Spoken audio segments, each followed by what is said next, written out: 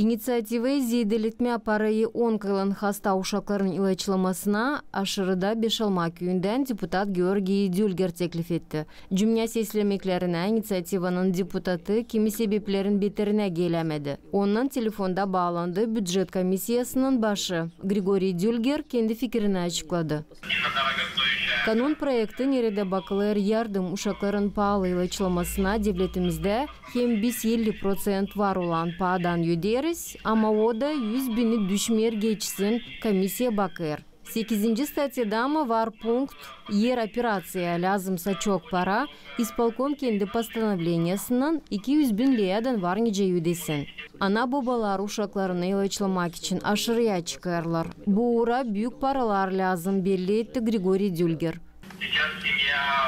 Şimdi ayla Kongaz'dan hem kumratan aşırıda ilaçlanırlar. Var haber ani bütünden aldığından 6 uşak yabancı devlette onka hastalıklarından ilaçlanır. Депутат belli etti ani uşakların ilaçlamasına tutturmak fondundan hepsi paralar harcanmıyorlar. Bakanlık Komitetin oturuşunda fevralin 4'ünde kabul edildi karar 50% zedeletmeye yardım parasını hasta uşaklara söyledi Sağlığı Korumak Bakanı'nın başın yardımcısı Alena Kozar. Yardım için çok insan danışır. 2005 yıla verilir 1.005.000 lei. Paralar zedelendiler 100 binden 150 binadan hem 200'den 300 binadan. Bitki yıl 807 bin lei kaldıydı. Halk Topluşun Büdjet Komissiyasının başı Nikolay Ivanchuk bildirdi umuduna ane teklifi deputatlar tutturacaklar. İnisiyativa lazımlı. Şimdi soruş sıfralarda.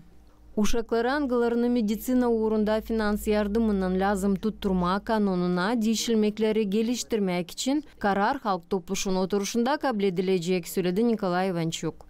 Светлана Димитрогла, Мария Казаку, ГРТ Haberler.